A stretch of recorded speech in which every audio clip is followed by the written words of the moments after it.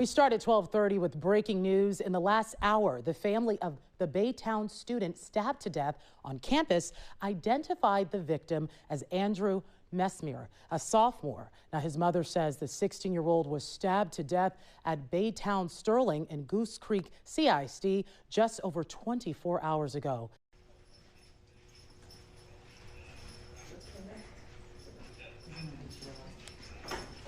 It's to your left, Councilman. Yes, ma'am. No, ma'am. Yes, Judge. No, Judge.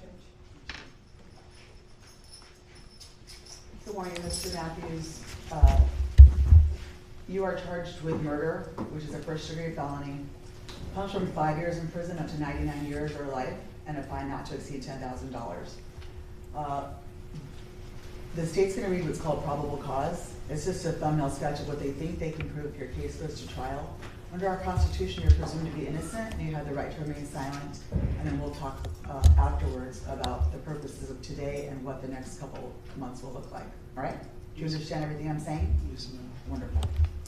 Yes, Judge. Defendant Andre Matthews, cause number 1945034.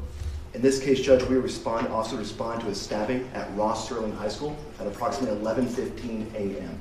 The complainant in this case, a juvenile, later died of his injuries at approximately 11:53.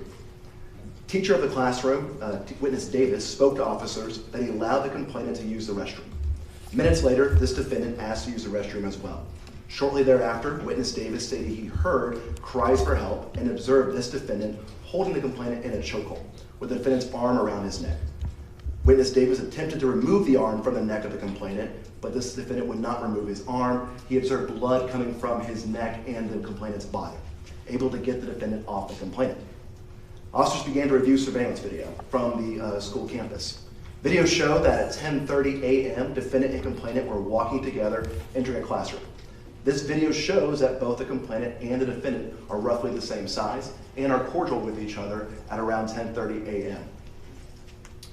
Soon after, both defendant and complainant enter the same empty lab classroom. A female student is seen entering that classroom as well. With no criminal history and no troubles arising out of this, and he had his guardian is his 18-year-old sister that he did request to speak to prior to waiving Miranda and cooperating with police in giving his statement. We would request a $500,000 bond, Judge.